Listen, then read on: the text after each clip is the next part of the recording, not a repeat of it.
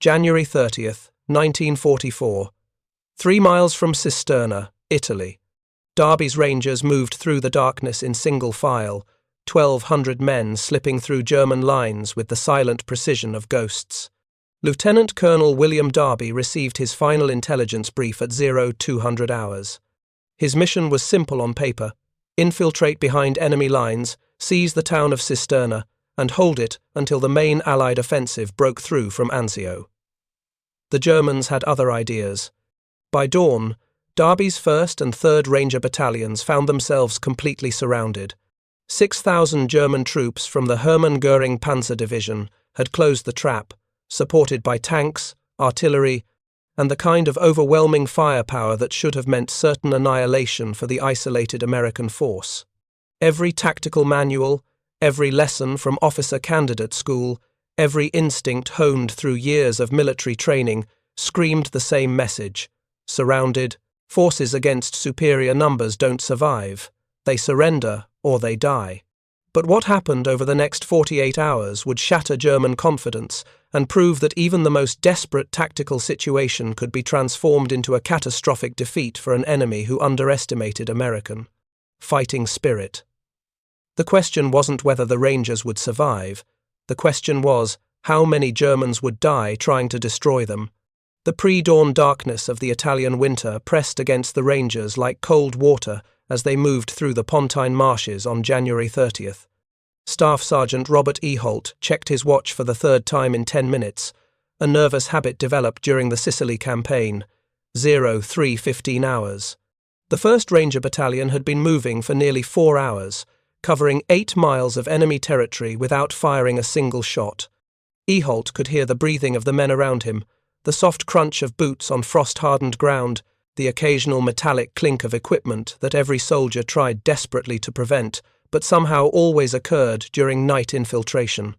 If you're enjoying this deep dive into the story, hit the subscribe button and let us know in the comments from where in the world you are watching from today. Lieutenant Colonel William Orlando Darby moved near the head of the column with the measured confidence of a man who had led Rangers through some of the most dangerous operations in the Mediterranean theatre. At 32 years old, Darby had become something of a legend among American forces in Italy. His Rangers had proven themselves at Gela, at Salerno, at countless smaller actions where speed and aggression had overcome German defensive preparations. But this mission was different. This was the deepest penetration behind enemy lines that American forces had attempted since the Anzio landings 2 weeks earlier. The plan had seemed straightforward during the briefing at Allied headquarters. 2 Ranger battalions would infiltrate through the gap between German defensive positions, moving cross-country to avoid roads and known enemy strongpoints. They would seize Cisterna di Littoria, a small town that controlled the highway junction connecting German forces along the coast with their reserves positioned inland. Once the Rangers secured the town, the main Allied offensive would break through from the Anzio beachhead, linking up with Darby's forces and exploiting the gap in German lines. On paper, it was a classic Ranger operation. Deep penetration, surgical strike, followed by exploitation. In practice, it was about to become one of the bloodiest small unit engagements of the Italian campaign. Major Jack Dobson commanded the 3rd Ranger Battalion, moving in parallel with Darby's force roughly 500 yards to the south. Dobson had trained with these men for over a year, molding them into a unit that could operate independently behind enemy lines with minimal support. His battalion included some of the most experienced non-commissioned officers in the American Army, veterans who had fought their way from North Africa through Sicily and into the Italian mainland. They understood that Ranger operations depended on speed, surprise, and the ability to inflict maximum damage before enemy forces could organize effective responses. Tonight's mission would test those principles to their absolute limit. The terrain favored infiltration but offered almost no defensive advantages. The Pontine marshes had been drained by Italian engineers during the 1930s, creating flat agricultural land that stretched for miles in every direction. Scattered farmhouses and irrigation ditches provided minimal cover, while the few roads cut straight lines through fields that would be completely exposed once daylight arrived. Darby had studied aerial reconnaissance photographs until he could navigate the area in his sleep, identifying every possible avenue of approach and planning alternate routes in case German positions had shifted since the intelligence was gathered. Private First Class Herbert Stern carried the battalion's SCR 300 radio, a 35-pound burden that had earned him the unofficial title of the most valuable and most vulnerable man in the unit. The radio represented their only connection to Allied headquarters at Anzio, the lifeline that would coordinate artillery support and call for the relief force that was supposed to link up with them after Cisterna fell. Stern had checked and rechecked the equipment before departure, ensuring that batteries were fresh and that the frequency settings matched the communication plan. Now he moved with the careful deliberation of someone carrying equipment that could mean the difference between survival and annihilation. The German defensive line that the Rangers were attempting to penetrate had been constructed with typical Teutonic thoroughness. Field Marshal Albert Kesselring had responded to the Anzio landings by rushing reinforcements from across Italy, creating a defensive perimeter that was far stronger than Allied intelligence had anticipated. The Hermann Göring Panzer Division had been repositioned to defend the approaches to Rome, bringing experienced troops and heavy armour to supplement the infantry formations that had initially opposed the landing. German commanders understood that Cisterna represented a critical node in their defensive network, and they had fortified the town accordingly. What Darby didn't know, what Allied intelligence had failed to detect, was that German forces had been reinforced during the previous 48 hours. Additional infantry battalions had moved into positions around Cisterna, supported by armour and artillery that hadn't appeared in any reconnaissance reports. The Germans were expecting an Allied offensive, and they had prepared defensive positions designed to channel attacking forces into predetermined killing zones. The Rangers were walking directly into one of the most heavily defended sectors of the entire Anzio perimeter. Sergeant Carlo Contrera led his squad through a drainage ditch that paralleled the main axis of advance, using the depression for concealment as they approached the first checkpoint. Contrera had emigrated from Italy to New York as a child, and his ability to speak the language had proven invaluable during operations on the Italian mainland. He listened carefully to the darkness, trying to distinguish natural sounds from the subtle indicators of enemy presence. The absence of dogs barking was encouraging. German forces often positioned themselves near farmhouses where animals would alert them to approaching troops. The first indication that something was wrong came at 0430 hours when a German flare arced into the sky roughly 800 yards ahead of Darby's position. The sudden illumination froze every Ranger in place as harsh. White light revealed their positions to anyone watching from the darkness beyond. Darby dropped to one knee, his hand instinctively moving to the Thompson submachine gun slung across his chest. The flare drifted slowly downward on its parachute, casting stark shadows across the flat landscape and destroying the night vision that the Rangers had carefully preserved during their approach. No shots followed the flare. No German voices called out challenges or orders. The illumination faded as the flare burned out, returning the marshes to darkness. Darby signalled for the column to resume movement, but the incident had confirmed what he had begun to suspect. German forces were alert, possibly aware that American troops were operating in their rear areas. The element of surprise that Ranger operations depended upon might already be compromised.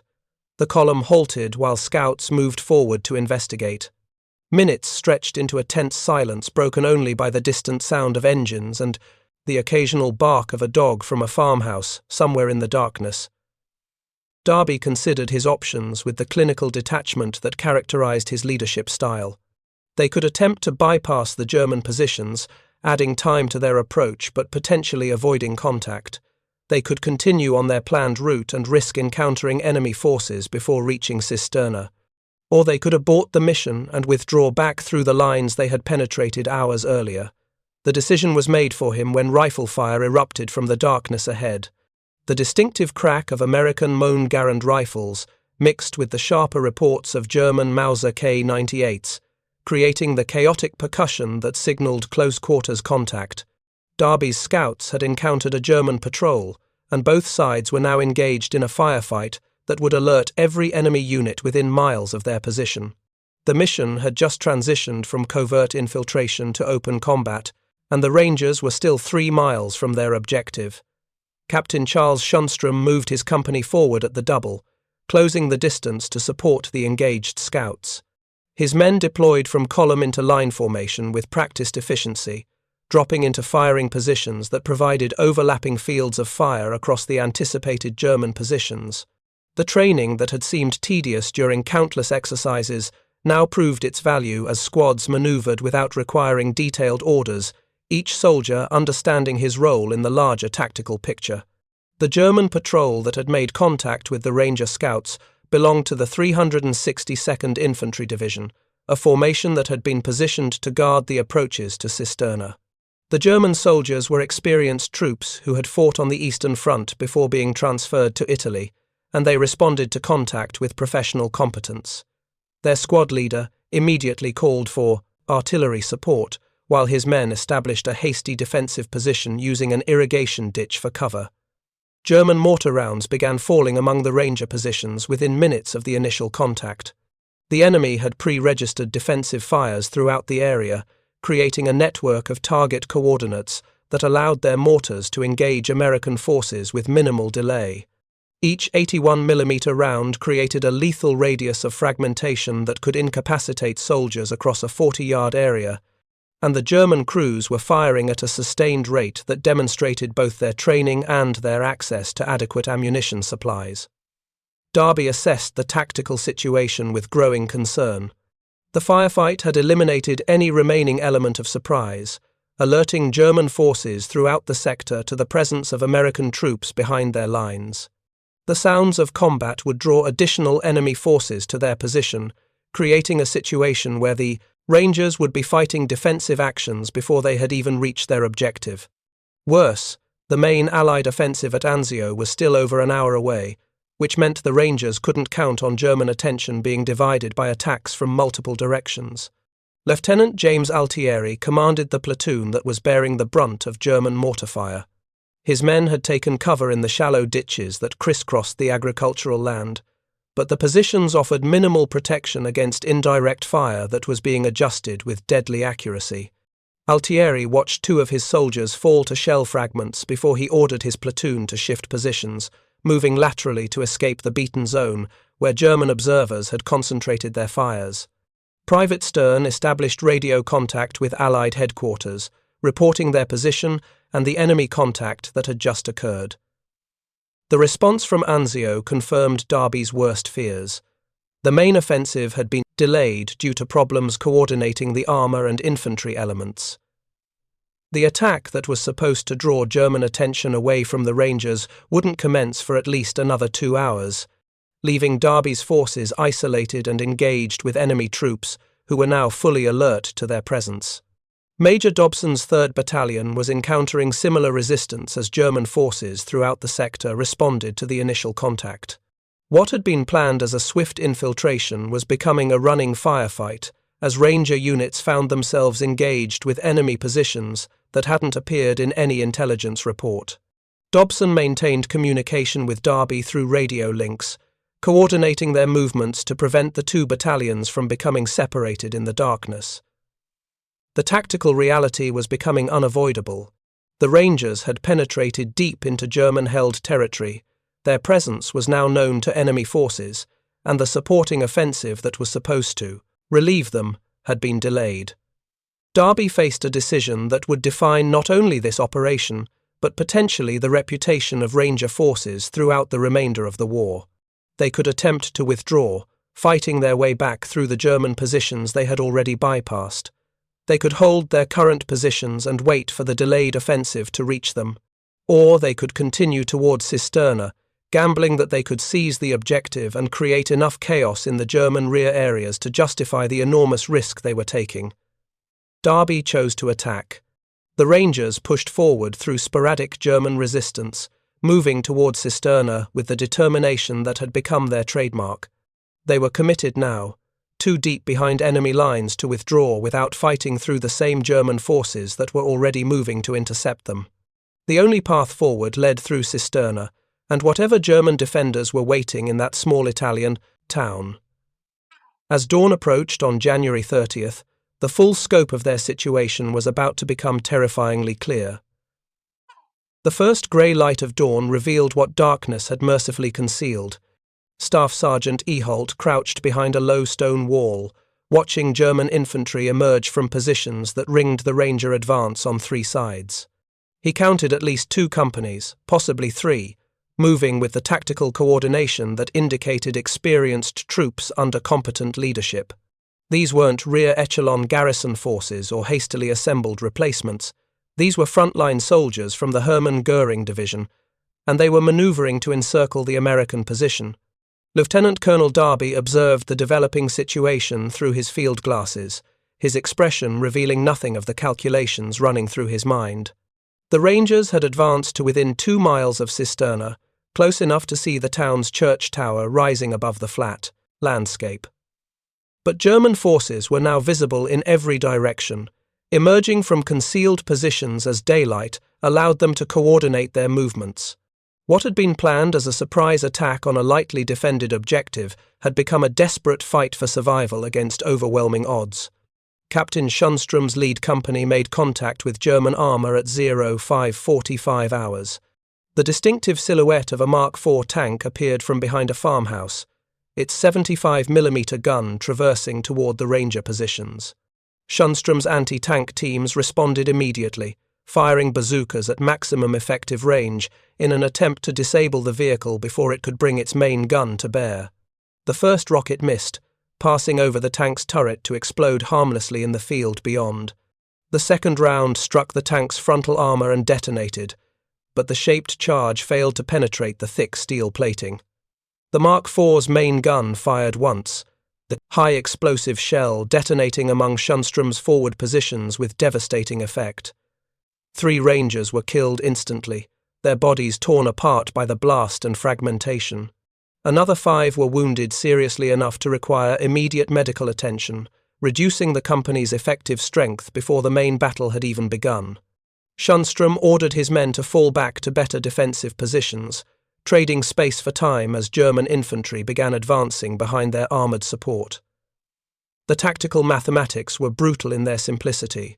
1,200 Rangers faced approximately 6,000 German troops, a 5-to-1 numerical disadvantage that was compounded by the enemy's superiority in armour, artillery, and defensive positions. German commanders had the advantage of interior lines, allowing them to shift forces rapidly to exploit any weakness in the Ranger perimeter. The Americans possessed superior training, better small unit leadership, and weapons, designed for sustained combat. But these advantages meant nothing if German armour could simply drive through their positions, crushing defensive strong points through sheer mass and firepower. Sergeant Contrera established his squad in a cluster of farm buildings that offered the best available cover in the otherwise exposed landscape. His men broke out windows to create firing positions while maintaining escape routes through the rear of the structures. Contrera understood that static defense would be suicide against an enemy with overwhelming firepower.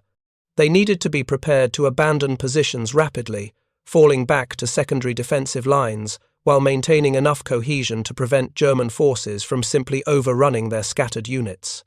The German attack commenced in earnest at 06:15 hours with a concentrated artillery barrage that demonstrated both the enemy's firepower and their determination to destroy the trapped American force. 105mm howitzers joined 81mm mortars in delivering high-explosive shells across the Ranger positions with methodical precision. The barrage was being directed by forward observers who had excellent visibility across the flat terrain, allowing them to adjust fires with deadly accuracy onto any position that revealed itself through movement or return fire. The bombardment lasted 15 minutes, transforming the landscape into a hellscape of smoke, flying earth, and screaming steel fragments. Rangers huddled in their shallow positions, enduring the concussive blasts while maintaining the mental discipline necessary to respond immediately when the barrage lifted. Squad leaders kept their men focused through the bombardment, shouting encouragement over the din and physically preventing soldiers from breaking under the psychological pressure. When the artillery ceased at 06:30 hours, German infantry emerged from their assembly areas in company strength. Over. 200 soldiers advanced toward Ranger positions from 3 directions simultaneously, supported by 4 Mark IV tanks and concentrated machine gun fire from positions that had been prepared during the night. The assault was the most coordinated and professional that the Germans had mounted, a demonstration of tactical competence that reflected the quality of forces Darby's Rangers were facing. Darby coordinated the defensive response with the calm efficiency that had become his trademark under fire. He directed artillery support from the Allied batteries at Anzio, calling in fire missions that landed among the advancing German formations with impressive accuracy, despite the range and the difficulty of adjusting fires based on radio reports alone. American 105mm shells created towering plumes of earth and smoke as they impacted among enemy infantry, disrupting their formations and forcing them to seek cover. But artillery alone couldn't stop a determined attack supported by armor. The German Mark IVs continued their advance, their thick frontal armor shrugging off the American artillery fragments that would have been lethal to unprotected infantry. The tank's main guns fired at identified Ranger positions, systematically destroying the farm buildings and irrigation ditches that provided the only available cover. Each high-explosive round created a blast that could kill or wound soldiers within a 30-yard radius, and the German gunners were firing with deliberate precision. Captain Schunstrom's anti-tank teams waited until the lead Mark IV closed to within 100 yards before firing. The bazooka round struck the tank's side armor at an oblique angle, the shaped charge penetrating the steel plating and detonating inside the crew compartment. The tank ground to a halt, smoke pouring from its hatches as the surviving crew members attempted to evacuate. Schunstrom's riflemen engaged the escaping tankers with aimed fire, eliminating the threat they might pose if allowed to return to German lines with tactical intelligence about Ranger positions and strength. The destruction of the lead tank created a momentary pause in the German advance as the remaining armor reassessed the American defensive capability. But the respite was brief. German infantry continued their attack, using the dead tank as cover while they worked their way closer to Ranger positions. These were experienced soldiers who understood that American firepower was most effective at longer ranges, where the superior accuracy and rate of fire of weapons like the Montgarand could be fully exploited. Staff Sergeant Eholt found himself engaged in close-quarters combat as German soldiers reached the stone wall he had been using for cover. The fighting devolved into the brutal intimacy of grenades and rifle stocks, soldiers grappling in the mud while their comrades fired at targets only yards away. Eholt used his Thompson submachine gun to clear German troops from his immediate vicinity, the weapon's .45 caliber rounds devastating at point-blank range. 3 enemy soldiers fell before Eholt's gun clicked empty, forcing him to transition to his pistol, while a Ranger beside him provided covering fire. The tactical situation was deteriorating rapidly across the entire Ranger perimeter. German forces were attacking from multiple directions simultaneously, preventing Darby from concentrating his limited forces against any single threat. The Rangers were being forced to defend everywhere at once, a strategic impossibility that guaranteed they would be weak at every critical point. Darby recognized that their only hope for survival lay in maintaining unit cohesion long enough for the Allied relief force to break through from Anzio. By 0800 hours, the first German assault had been repulsed, but at terrible cost. The Rangers had suffered over 60 casualties killed and wounded, while German losses exceeded 200. The exchange ratio favored the defenders, but the Germans possessed the reserves to absorb such losses and continue their attacks. The Rangers did not. Lieutenant Colonel Darby made the decision that would define the remainder of the battle at 0830 hours. Rather than attempting to hold their current scattered positions against overwhelming German pressure, he ordered both Ranger battalions to contract their perimeter, concentrating forces in a smaller defensive area that could be more effectively held with their diminishing strength. The withdrawal would mean abandoning wounded soldiers who couldn't be moved, a decision that violated every instinct that had been drilled into American officers during their training. But Darby understood that the alternative was the complete destruction of both battalions through piecemeal defeat across an indefensible expanse of open terrain. The contraction began under heavy German fire, squads falling back by bounds while maintaining, suppressive fire against pursuing enemy infantry. Sergeant Contreras led his men through a fighting withdrawal that covered nearly 800 yards of open ground, losing 2 soldiers to German fire during the movement. His squad finally reached the new defensive perimeter that Darby had designated, a cluster of farm buildings and irrigation ditches that offered marginally better defensive positions than their previous locations. German commanders recognized the Ranger withdrawal as evidence of American weakness and intensified their attacks accordingly. Fresh infantry companies were committed to the assault, supported by additional armor that had been held in reserve during the initial engagement. The Germans were now attacking with a full brigade, approximately 3,000 troops concentrated against a Ranger force that had been reduced to fewer than 1,100 effectives, through casualties and the isolation of cut-off units. Captain Schönstrom was killed at 0900 hours by a German sniper who had positioned himself in a farmhouse overlooking the Ranger defensive line. The captain had been moving between positions, coordinating his company's defense when the single shot struck him in the chest. He died within minutes, his last words directing his executive officer to take command and hold the position at all costs. The afternoon of January 30th brought no respite from German pressure. Lieutenant Altieri organized his platoon's ammunition among the survivors, a mathematical exercise that revealed their desperate situation. Each rifleman now possessed fewer than 40 rounds, barely enough for 10 minutes of sustained combat. The Browning automatic rifle teams were even worse off, with ammunition sufficient for perhaps 3 or 4 extended engagements before their weapons became useless. Altieri reported the situation to Major Dobson without embellishment, understanding that tactical decisions would need to account for their diminishing capability to sustain defensive fire. German artillery had been pounding the Ranger positions for hours, methodically destroying every structure that might provide cover or concealment. The farmhouses that had offered shelter during the initial defensive stand were now smoking ruins, their walls collapsed into piles of rubble that offered minimal protection against direct fire. The irrigation ditches that crisscrossed the landscape provided the only remaining cover, and Rangers huddled in these shallow depressions while German shells walked back and forth across their contracted perimeter. The German attack that commenced at 1500 hours was the most determined yet, a coordinated assault by 4 infantry companies supported by 6 tanks. The enemy had recognized that the Rangers were approaching their breaking point, and German commanders were committing their reserves to achieve the decisive breakthrough that would shatter American resistance completely. Sergeant Contreras' position bore the brunt of the attack from the east. 2 German companies, nearly 240 soldiers, advanced toward his squad's fighting positions supported by heavy mortar fire and 2 Mark IV tanks. Contreras watched them come with the fatalistic calm of someone who had already accepted the probability of death. His 7 Rangers occupied a shallow irrigation ditch that offered minimal cover against direct fire. They possessed perhaps 30 rounds per rifle and 2 magazines for their single Browning automatic rifle.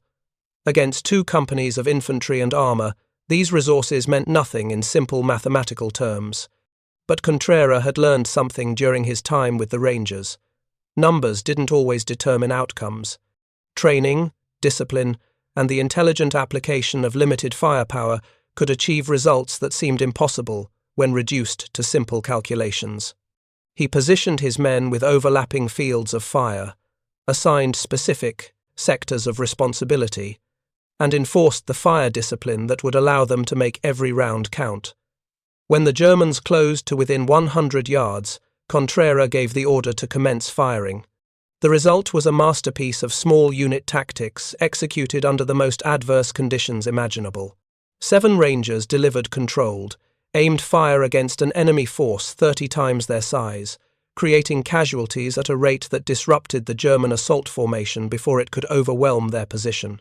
The Browning automatic rifle gunner engaged the most dangerous concentrations of enemy infantry, his selective fire breaking up squad formations and forcing German soldiers to seek cover.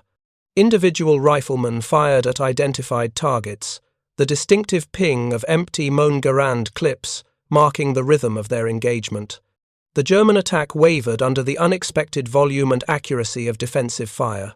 Soldiers who had been advancing with confidence suddenly found themselves pinned down, taking casualties from Rangers who should have been suppressed or destroyed by the preliminary bombardment. German officers attempted to rally their men, standing in the open to provide leadership by personal example. Contreras' best marksmen engaged these officers with deliberate precision, eliminating the leadership that held the assault together. If you find this story engaging, please take a moment to subscribe and enable notifications.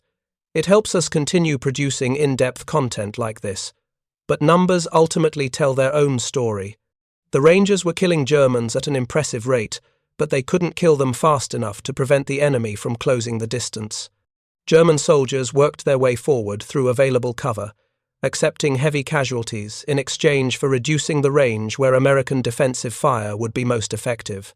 The two Mark IV tanks continued their advance, seemingly impervious to the small arms fire that bounced harmlessly off their thick armor plating.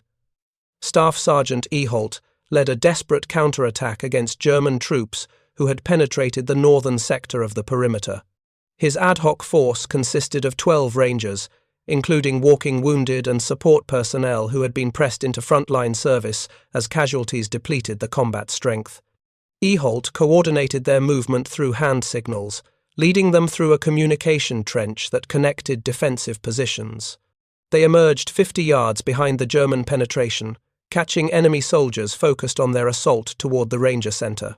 The close-range firefight lasted less than 3 minutes, but resulted in over 20 German casualties against 2 Rangers killed and 3 wounded.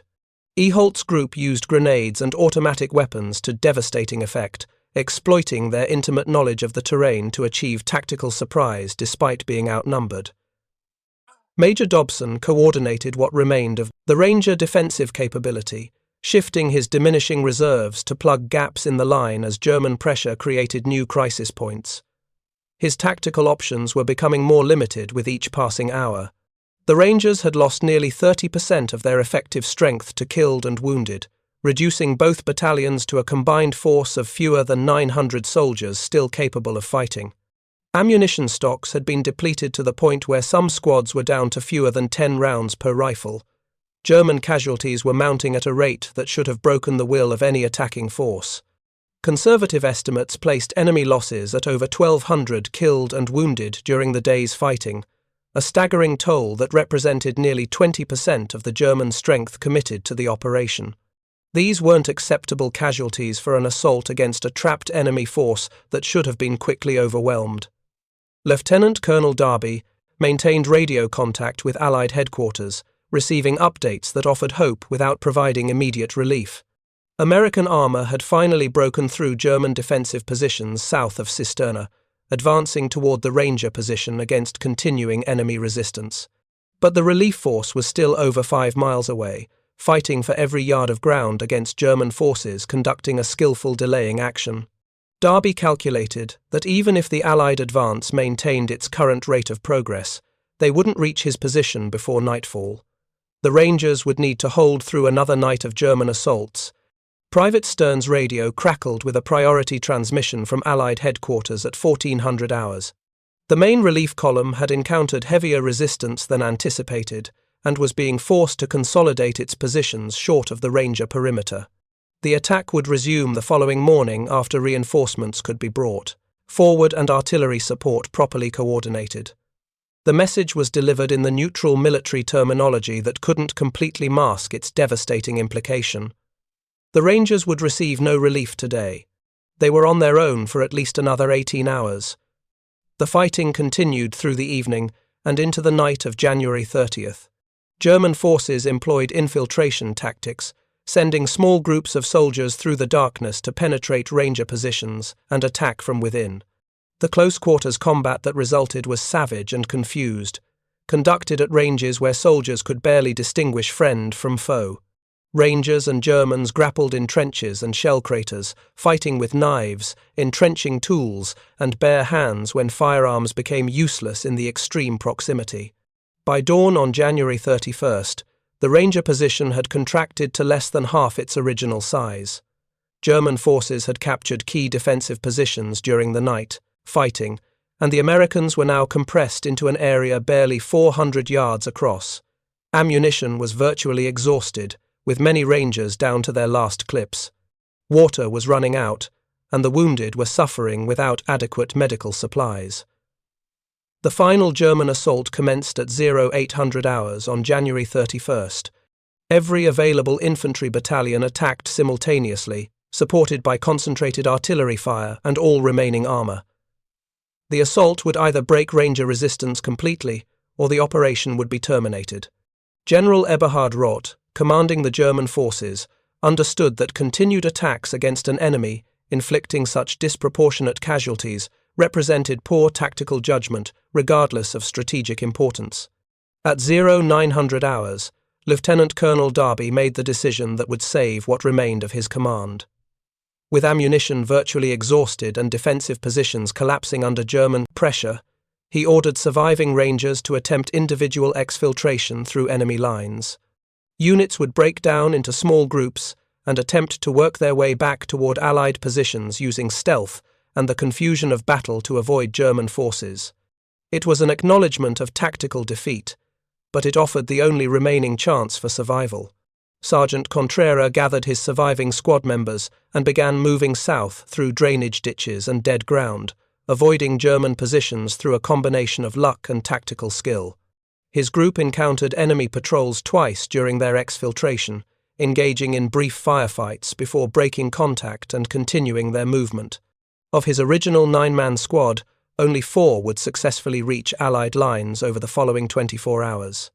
Private Stern destroyed his radio equipment before attempting to escape with a group of headquarters personnel. The sensitive communications gear couldn't be allowed to fall into German hands, and Stern used thermite grenades to render the equipment useless. His group moved west toward the sound of American artillery, gambling that Allied forces would be advancing from that direction. They traveled primarily at night, hiding in abandoned farm buildings during daylight to avoid German patrols. The final tally of the Battle of Cisterna would shock both American and German commanders when the full accounting was completed. Of the 1,200 Rangers who had infiltrated toward the objective on January 30th, fewer than 6 survived to reach Allied lines. The 1st and 3rd Ranger battalions had been effectively destroyed as combat formations, suffering casualties that represented one of the worst American defeats of the Italian campaign. But the German victory had come at a catastrophic price. German forces, committed to destroying the surrounded Rangers, suffered over 5,400 casualties killed, wounded, and missing during the 48 hours of continuous combat. The numbers seemed impossible when first reported, representing losses that exceeded 4.5 times the size of the American force they were fighting. German commanders struggled to explain how elite infantry supported by armour and artillery had required such enormous sacrifices to defeat a surrounded enemy that should have been quickly overwhelmed. The answer lay in the quality of American training, the effectiveness of Ranger small unit tactics, and the devastating accuracy of defensive fire delivered by soldiers who understood that their survival depended on making every shot count. The Rangers had been outnumbered and outgunned, trapped in an impossible tactical situation with no prospect of reinforcement or resupply. But they had sold their lives at a price that shocked the German military and demonstrated that American forces were capable of professional competence equal to any army in the world. Staff Sergeant E. Holt reached Allied lines on February 1st after 36 hours of evasion through German-controlled territory. His account of the battle provided crucial details about the intensity of German assaults and the professional competence of enemy forces involved in the encirclement. E. Holt described wave after wave of German infantry attacking Ranger positions, accepting horrific casualties in exchange for minimal tactical gains. He estimated that German forces had committed at least 6,000 troops to destroying the Rangers, suffering losses that approached or exceeded 40% of their committed strength. Sergeant Contreras' exfiltration took longer, his small group moving primarily at night and avoiding all contact with German patrols. They survived on abandoned rations, scavenged from destroyed vehicles, and rainwater collected in their helmets. Contreras reached American positions on February 3rd, physically exhausted but able to provide detailed intelligence about German defensive positions around Cisterna. His information would prove valuable during subsequent Allied operations to expand the Anzio beachhead. The German perspective on the battle emerged through prisoner interrogations and captured documents that provided insight into enemy tactical planning and execution. General Roth's after-action report acknowledged the unexpected intensity of Ranger resistance and the shocking casualty toll his forces had suffered. German company commanders described American defensive fire as more accurate and sustained than anything they had encountered during previous operations in Italy. Enemy soldiers had fought with a determination that seemed incompatible with their hopeless tactical situation, refusing to surrender even when surrounded and virtually out of ammunition. The tactical lessons from Cisterna were incorporated into Ranger training programs, though the 1st and 3rd Battalions would never be reconstituted as independent formations. The few survivors were distributed among other Ranger units or reassigned to conventional infantry divisions, where their experience would contribute to broader tactical competence.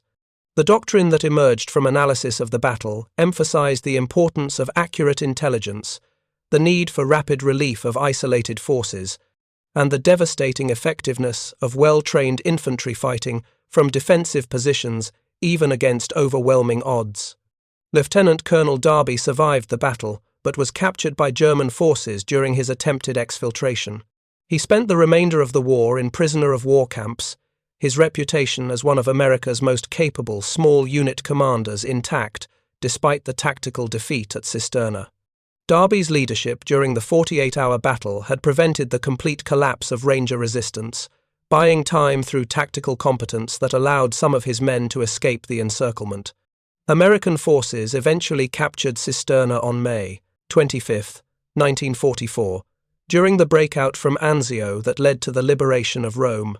The town fell after heavy fighting against German forces that had fortified every building.